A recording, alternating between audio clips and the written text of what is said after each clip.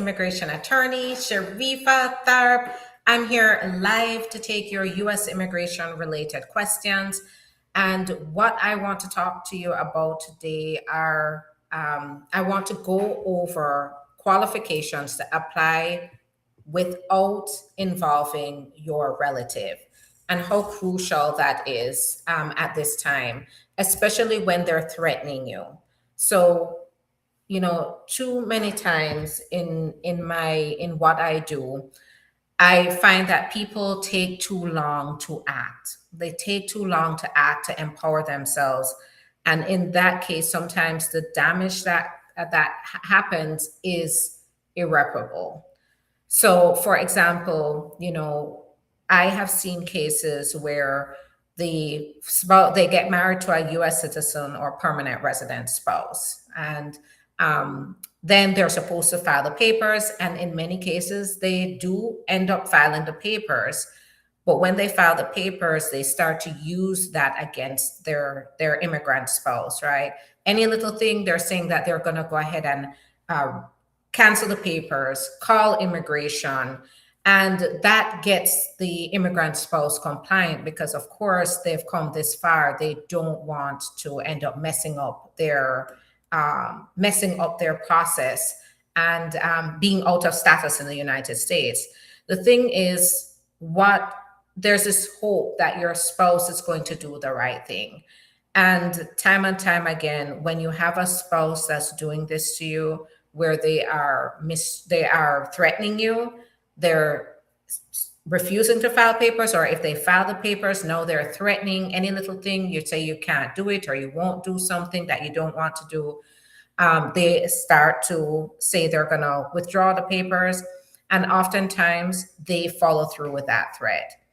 So in extreme cases, or maybe not so extreme because I've seen it so often, these kinds of spouses that threaten to withdraw those papers or not go through with the interview process, oftentimes what they do is they also can set up their spouses, right? So call the police on them, make it look like they're committing domestic violence against them, get them arrested. And that domestic violence is one of the more serious offenses that can cause you to be deportable. And they know that. So the point is, if your spouse is doing this to you, you need to take your process into your own hands. Take control of your process to protect yourself. You're not betraying your spouse, you are protecting yourself, because when they're threatening you like this, believe them, right? They often say if somebody shows you who they are, believe them. In this case, when a spouse is telling you that they're going to, and not even just spouse, but a relative who's petitioning for you, a parent, even an adult child, if they're threatening, believe them and follow through to make sure that you are putting yourself in the best position possible. Now, that's where we come in. When we see situations like this, what we do is we either switch to the VAWA process, or if in some cases, a T visa may be in order as well. And these are confidential processes that then puts the government on notice that you are in fact the victim. And by filing this, it becomes protective as well, because now it is forcing the government to look at your circumstances on a whole. Even if that abusive spouse or the spouse that has been threatening you has submitted documents to immigration, this application can give the officers context to fully understand the situation and what you have been through. So it's important to make sure you're following through with a process that can protect you. The VAWA, T visa, U visa are the types of processes that can protect you in situations like this, that can give you the upper hand and give you the privacy, the confidentiality, and the independence to move forward with your own process. Because with these processes, you're applying for your own work permit, your own travel document in the case of VAWA, adjustment of status, and you're applying for your own green card with the VAWA process. This also applies, by the way, to the going from the 2 year green card to the 10-year green card. If you're in a situation where you've already gotten that 2 year green card, you are not stuck. You can still apply on your own in situations like this where you're being mistreated, or even if you've just gotten divorced and it just didn't work out, you can take that process into your own hands and still get your 10-year green card. Make sure you take action. Give us a call. This is exactly what we do. And I tell you, it has changed our clients' lives. Our clients that have gone through this process have gone through it peacefully. They've been happy and they've gotten their green cards. They've had their work permits, quietly went through life, and living, working here while their process was going through. And when their green card finally came, they came without any drama, without any fear, and they got their 10-year green card. So this is a valuable process that you need to explore. We are a safe space. You can contact us, schedule time to talk to us, and then I can tell you whether this process will be for you, whether you qualify, and then we can talk about how we're going to move forward. But the first step you have to do is make sure that you are scheduling to talk to an immigration attorney like myself to be able to fully understand how this can help you move forward. So I just wanted to give you that spiel. Now let's talk. I'm going to answer questions. So put your questions in the comments. Hi there, Damaine. It's nice to see you. Put your questions in the comments and I will answer your questions. And it can be anything immigration related.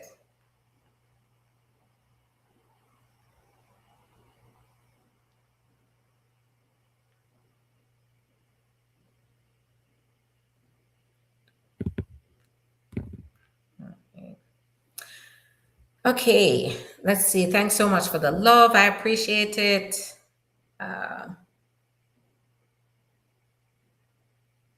Awesome. Thank you so much. Keep that coming, because this also enables other people to see this live and be able to see information that can empower them. Any T visa updates, so it's business as usual. Right now, I would say when it comes on to T visa policies, no news is good news. Right now, the policy manual still outlines who qualifies for it, and we are still pushing forward with it. So no updates. No, it's business as usual. I filed June 2023, many prima facie, but nothing RFE, just showcase was transferred, which is standard for a VAWA case to be transferred to another location. It's just they're doing background management of the case. How do I get papers for my wife in Mexico? I'm a citizen, but I just got out of prison. So you'd have to be, you're a citizen. We can assist you. Give us a call and we need to talk to you about your qualifications and then move forward. So give us a call and let's talk about that first, because we have to understand US citizens can sponsor their spouse, even if the spouse is outside of the country. But in order to move forward, we need to make sure that everything lines up to be able to do that. And we take that on for our clients, so you don't have to stress about it.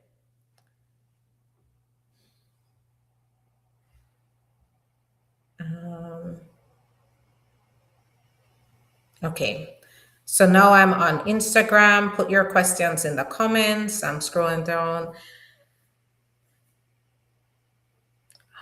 As a permanent resident, how long does it take to be eligible for citizenship? 5 years generally. If you're married to a US citizen living in marital union with a US citizen and you've had your green card for 3 years, then you're looking at 3 years. If you're in the military, it can be even less. So it could be 6 months, a year, 6 months to a year. Are they still approving T visas? Yes, as I said before, it's business as usual. I have an approved I-140, but I am in Jamaica. But prior to date, U.S. currently em- can my employer file the paper until it can be indicated? So I'm not. I'm sorry. That's.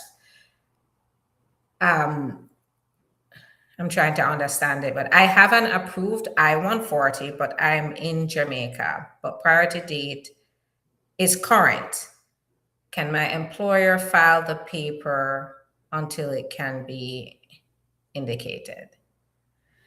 So if the priority date is current, they should be processing, the National Visa Center should be processing the case, requesting additional information to be able to schedule the interview at the embassy. Now, if you're in Jamaica, so the immigrant visa pause does apply to employment-based immigration as well. So there is a pause. They still are moving forward with interviews. So still do everything as usual, submit documentation, talk to the employer, make sure that everything is prepared and ready for the interview. They may schedule the interview. The interviews take a while. It can be a year and a half to even 2 years wait time for an interview to be scheduled at the embassy in Jamaica. That was even before the pause. Now with the pause, it might be longer, but just keep working towards preparing for a successful process, end to the process.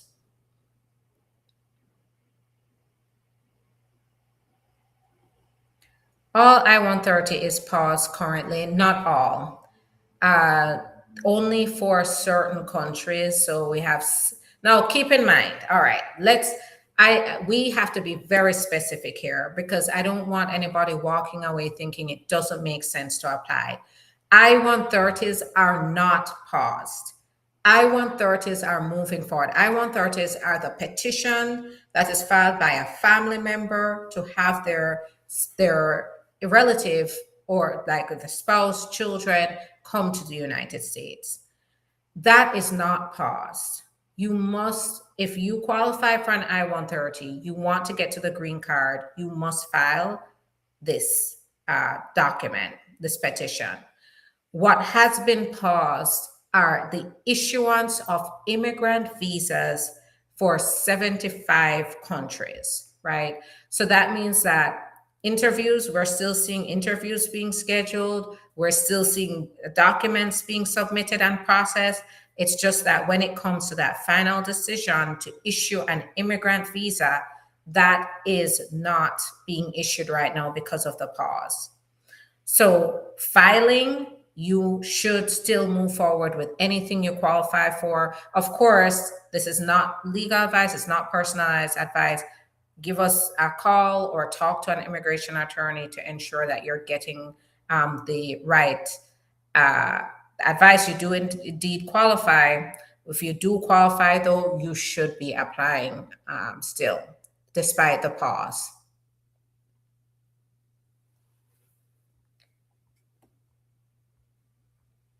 All right. I'm waiting on a work permit through a U visa. Applied last October. How long would it take to get it? So it can, right now we're seeing even 2 years, a year and a half to even over 2 years to get that deferred action.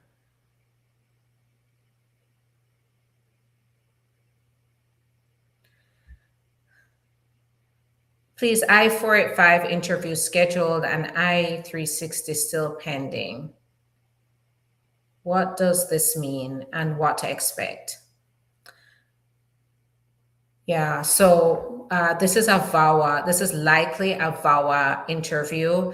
So because of the rampant fraud that has taken place with VAWA, they are now scheduling interviews even before making a decision on the VAWA petitions. So it's very important for you to get familiar with your application. If you're not already familiar with it, understand what is in it, review your statement regarding the mistreatment that occurred, and make sure that you are talking to your attorney, preparing for that interview. They are going to ask detailed questions, sometimes about the abuse, And sometimes, the latest trend we're even hearing is that they're even asking about your attorneys. So keep in mind, if they're asking questions about interactions between you and your attorney is going to inform you that is not permissible. That's privileged. And you don't want to waive that privilege by disclosing any information regarding anything discussed between you and your attorney. So your attorney hopefully will be present there at the interview to be able to object and state that. But we're seeing a lot of those interviews are focused on basically trying to identify fraud because it has been so rampant among mostly non-attorneys who are doing this. So there, for example, there is a scheme that is going or was going on, probably still is going on with some people, where they just say to the immigrant, do you want a work permit and a travel document? You want to stay here, live and work here? And of course, you're gonna, immigrant is gonna say yes. And they'll be like, okay, it's done. Just give me your passport, give me all your documents, and I'm gonna go ahead, prepare the application. And, it just sounds so great. If it's too good to be true, it's not true, right?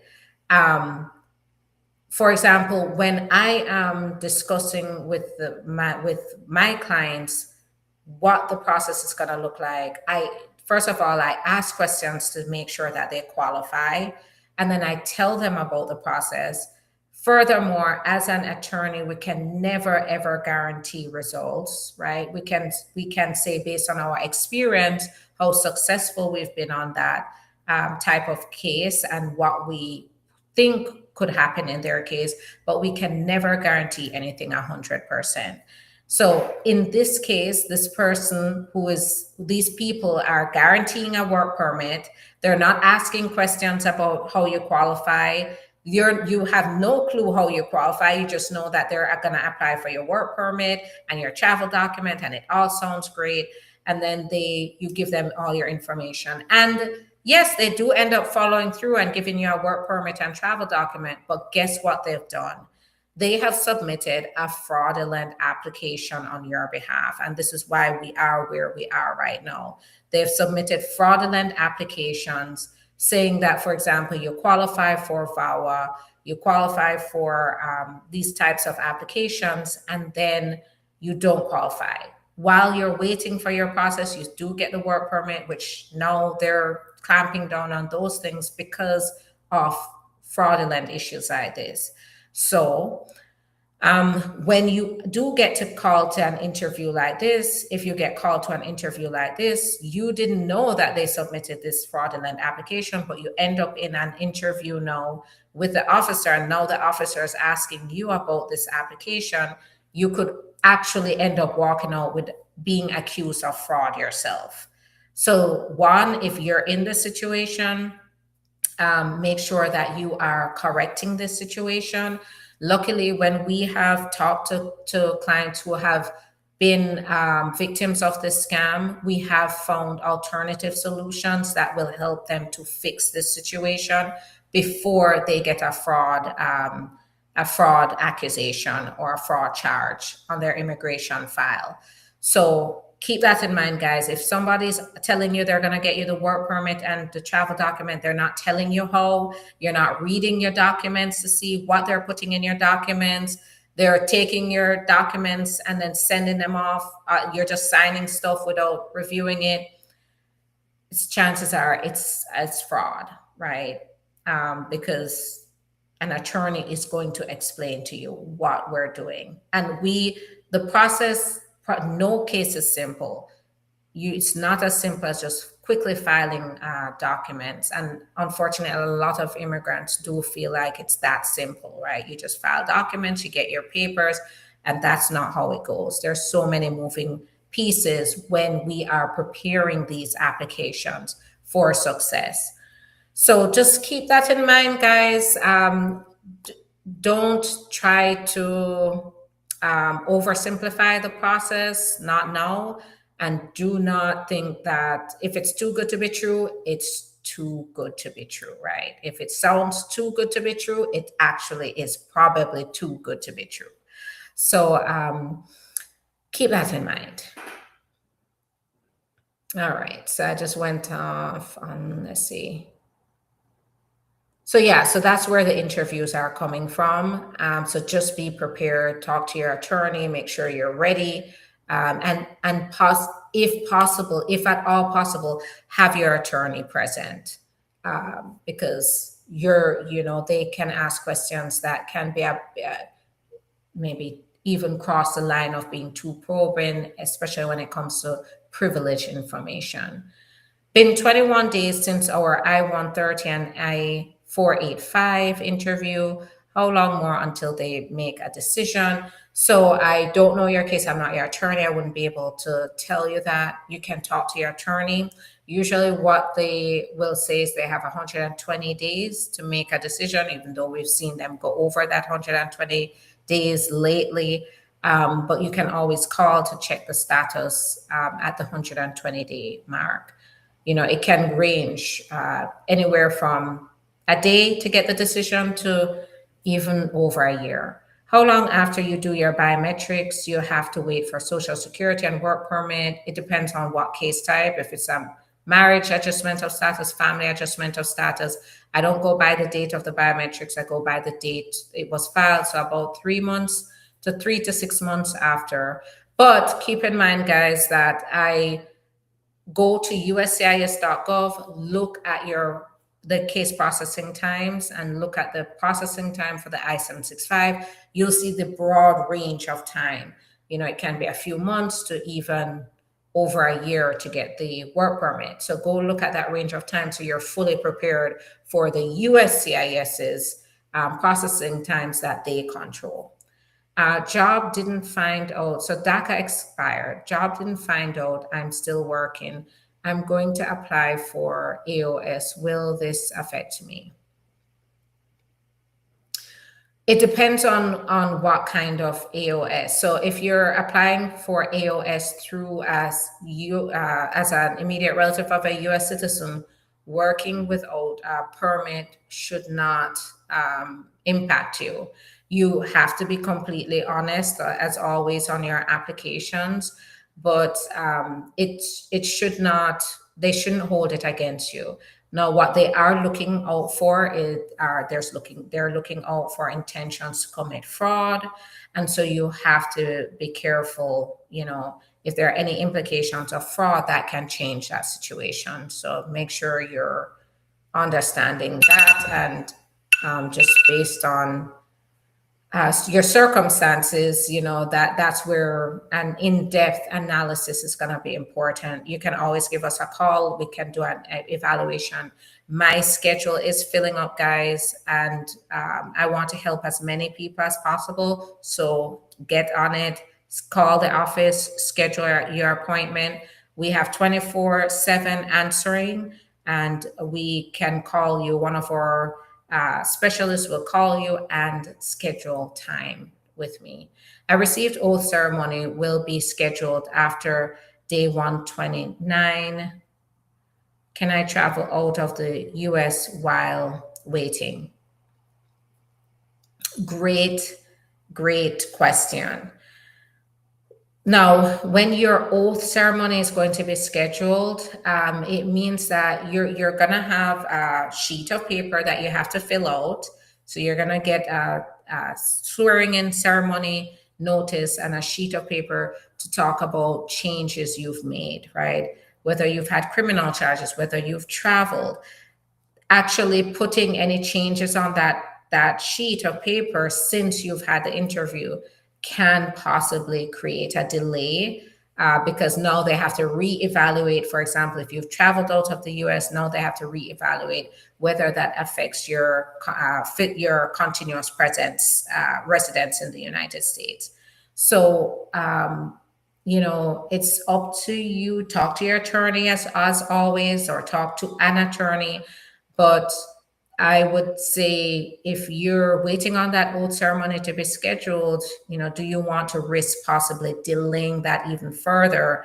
Because now you have to put a change on that form that you've traveled, and now they have to reevaluate whether that's going to affect your eligibility. Is it safe to get married before oath ceremony? So, whenever you have major life changes like this, I say definitely talk to an attorney. Um, Usually married, I would want to understand the facts fully before advising that. I'd really that's advice I'd give to my current clients. I think that is too specific, and I'm not your attorney to be able to advise you, but you can always, talk to your attorney or talk to us. When applying for the unconditional to be, to, when applying for removal of conditions on the green card, do I submit everything I submit before or new documents? Great question. I'm glad that you asked this. If you submit the previous documents that you've already filed, you're going to be denied, hands down. And it's not going to be very pleasant. So the point of removal of conditions of the 2-year to 10-year is to see since the 2 years since your approval of the green card, have you continued to show that you are in a bona fide marriage? So in that case, it must be evidence within that 2-year span, from the time you got approved for the 2-year green card up to the time that now you are applying for removal of conditions. And I would argue you continue to gather your evidence, because this can take anywhere from 2 to even 4 years. And so you want to continue to have evidence to show that you continue to be in a bona fide marriage. The other thing, though, is what if you're not in the marriage? What if you're divorcing? What if you're separated? What if you don't trust your spouse to go now from the 2-year to the 10-year?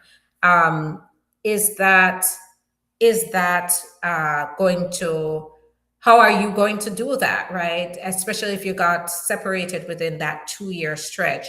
That's where we come in. We do waivers, so I-751 waivers to remove conditions. That means that we apply for special permission based on your circumstances for you to apply on your own without involving that spouse to still get your 10-year. So that's where you can give us a call. We can talk about your specific circumstances to determine which waiver we'll use to be able to help you to go from their 2-year green card to your 10-year green card. Great question. Is it okay if your spouse files single on their taxes? That can be a red flag. As I said before, they're looking through everything. Once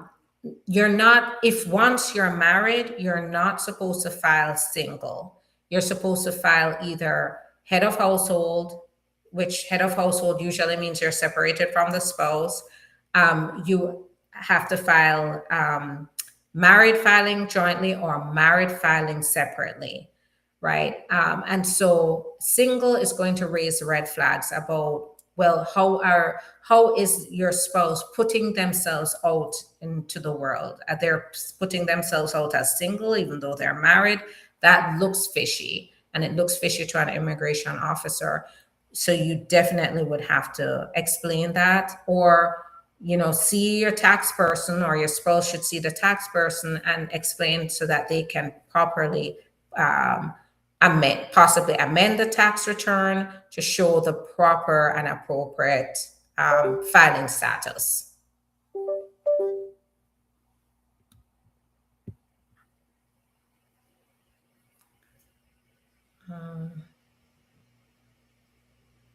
Okay. Please tell me if I can travel. Please tell me if I can travel with expired green card and extension letter. Once you have the extension letter, this extension letter is valid and current, then you should be able to still travel. That's what the point of the extension letter is. Now, if you have additional concerns, that's where you talk to your attorney or you get an attorney. But the extension letter is there for that purpose. It is there to show that you are still a permanent resident.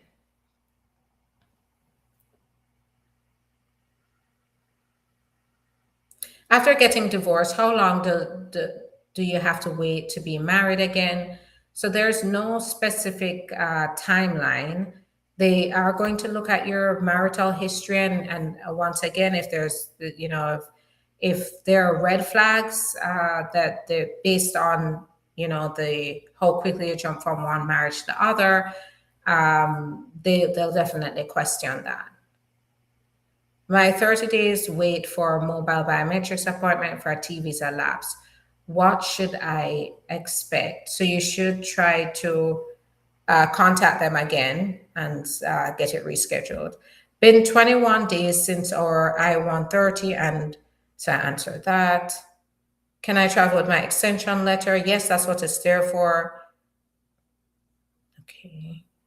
Great questions so far. Keep the questions coming. As approved for my citizenship interview in November, but I haven't received my oath ceremony. So they just made an announcement that they are going to restart sending out the swearing in ceremonies. Now they're lifting the pause for certain countries that are not on the banned list. The 39 countries on the banned list, they still remain on pause, but other citizens of other countries can now get the swearing in ceremony. So we should be seeing movement again in regards to swearing in ceremonies. What is the approximate time for VAWA to be approved? Go to uscis.gov, go to case processing times, and you will see the range of time it takes to approve an I-360. Hi there, Sasha Love. Thanks so much for the likes. And we're at 5.7K likes on TikTok. Thank you so much for that, because it means other people are able to see this live, tune into the live, and get information that can empower them in their journey. All right. I'm coming on Facebook. I'm coming over to Facebook and YouTube. So just hang tight. I see a ton of questions coming in. So just hang tight for a minute. I see trying to get on Instagram, answer some questions here, and then I'll head over there. My kids and I are conditional green card holders. Is it safe to travel? And with reentry, can they stay out of the country for 1 year?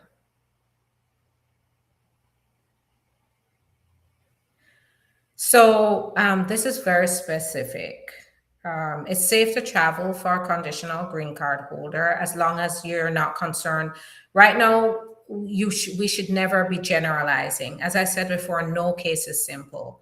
General answers is no longer is no longer enough to just get up and travel. You need to be specific and get specific legal advice, because I would have to understand what's your background, what's going on. Are there any concerns? Have you previously been out of the country for a long time with a green card? Now, with reentry, as in with a reentry permit, can they stay out of the country? Reentry permits allow green card holders to stay out of the country for up to 2 years. So that is a possibility with the right documentation. Hi there, Mark. Nice to see you.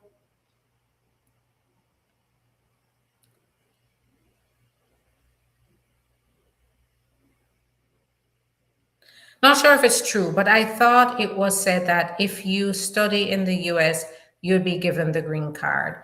So that was something that was floating around. It has not been confirmed or even a proposed law or anything like that. So that is not true right now. You cannot just get your master's here in the US and then get your green card. It's just something that was mentioned during the election.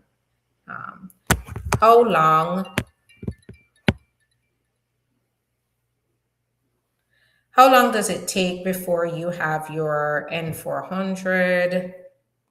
So before you can file an N400, you generally 5 years, 3 years if you're married to a US citizen. My master hearing in October, as you updated yesterday, San Francisco cases will be moved to another court. So there is chances to change my hearing date. So, you'd have to check with the individual court. The VAWA interview that you just mentioned, at what process in the application is the interview usually being done? So we are seeing them both at the I-360 stage where they're filing petitions. This is not across the board.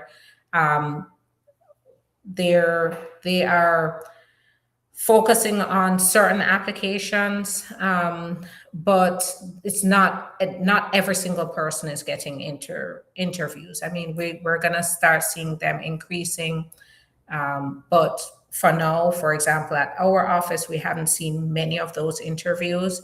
But at the I-360 stage, you'll have the interview, and then again at the I-485 stage for the adjustment of status. My wife is delaying submitting the application. It's been 9 months since we got married. If she's intentionally delaying the application, it's time to talk to us. No spouse who has their spouse's best interest in mind is going to delay a process, especially now when you're in harm's way, you're at risk, that a caring spouse is going to do that. So talk to us to make sure that you understand your rights, what your possibilities are to be able to take your process into your own hands. And it's not to say that you're going to necessarily you have to divorce your wife or you have to separate from your wife, but it does mean that you do have to step in on your own behalf and take control. After that, let's see. So I don't see the other part.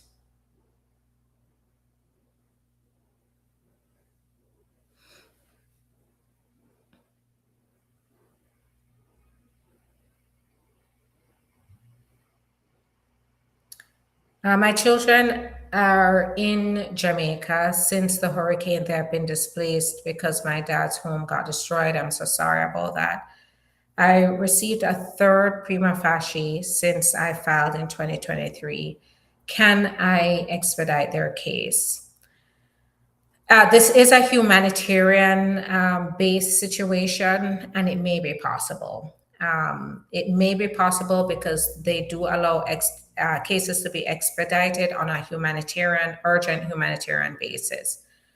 So it may be worth a shot. No, evidence is going to be very important. So.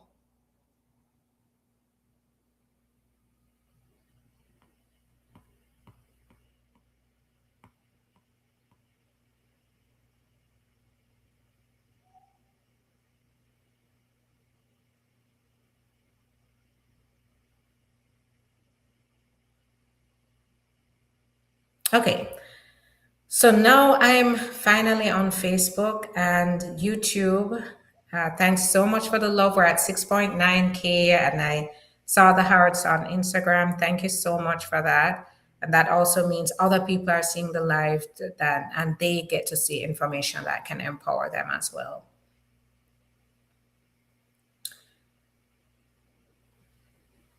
It's been 1 year for T visa filed and still no decision on EAD. Can we file lawsuit for it? So when it comes to filing lawsuits, it really is on an individual basis to look at the case to determine whether that lawsuit is going to be justified. Lawsuits get expensive, and so it's very important to determine whether it is worth pursuing the lawsuit. I mean, I am totally up for lawsuits where they're justified, though, and where it's going to make economic and financial sense for the client. I have a VAWA case pending for almost 4 years, no answer. Should I be worried? Unfortunately, case processing times have exploded and we've seen that longer timeline for the VAWAs. How long does no objection waiver take for J1 with 2 years residency? So usually usually it can take a year or so to get that waiver. Arriving alien paroled in removal proceedings due to missed I. At my master hearing, I showed to the judge an approval I-364 pending. So I'm not.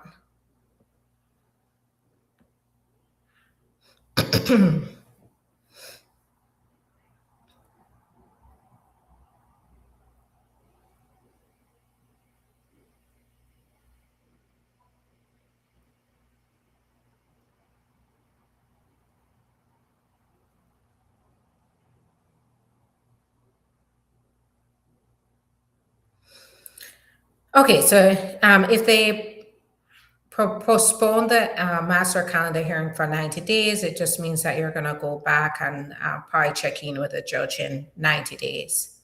I applied for my son. I want I-130. They approve everything already. I even make the payment, and then I have to submit the documents for the interview in Africa. And it is about the document because the country that my son live is part of a full ban country, the 39 banned countries. How can you help? So at this time, if it's a fully banned country, then there may, at this time, you may be at a standstill. There may be exceptions, certain waivers available, but we'd have to look really on a case by case basis and based on the specific country requirements. So you can always give us a call, talk to us, and then let's go over your country, which I think you said is Burkina Faso. So we'd have to look at that and then just look at the conditions and whether there are any exceptions there. All right, that I am going through and I don't see any more questions. Let me see. I mean, I'm seeing on TikTok, so we'll check TikTok, but let me check Instagram first to see if there's anything else. Okay. All right, so I'm back on TikTok. My spouse filed tax as single because I don't live in America yet. Okay, so filed as single because you don't live in the US. So I cannot advise on tax, especially specific to you, any kind of tax issues, unless I'm, actually working on your case. But in some cases, if the immigrant spouse is outside of the US, I do believe that single may be acceptable. The last I checked. Why is USCIS taking long to give decision on green cards after marriage-based interviews? They are going through a lot more stringent vetting processes. So remember, they have multiple layers of review going on. They have fraud screening, then they have social media screening, then they have the background check. So it's just a lot going on that is really pushing these cases out.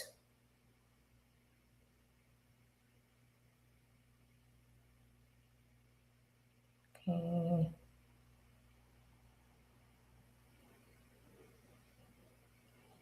U.S. citizen parents sponsor adult unmarried children prior to date 2018 case, NVC. How long again? So if you go to Department of State, you may be able to see estimated processing times there. I owe taxes this year of 2025. Can it affect my approval for citizenship if I was approved in November?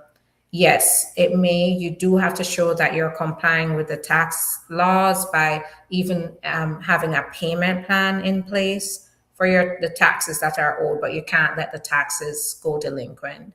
Do both parties have to submit taxes? U.S. parent, citizen, parent, sponsor, adult unmarried children. Who's a sponsor? I guess, are you talking about the affidavit of support? It's usually the who is the petitioner or the sponsor. My husband has been here 90 days in the States. What we do next? Give us a call. Let's talk about what's going on with your spouse so that we can come up with next steps and get started. Good night. I filed marriage based 2024, got work permit, travel document the same year. Since then, nothing. Not even an interview. Processing times are getting longer, of course, and it could be a number of reasons. I don't know what your circumstances are, but that's where you get help, especially where things have gone silent. It's time to reach out, talk to an attorney, and get help to make sure everything is going well in your case, or that when immigration finally contacts you, you're ready, you're prepared, and you have a good, solid case.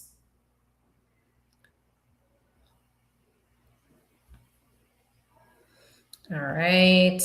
And my phone is about to die on Instagram, so I think I'm gonna call it a night. And I don't see any more questions anyway on Instagram.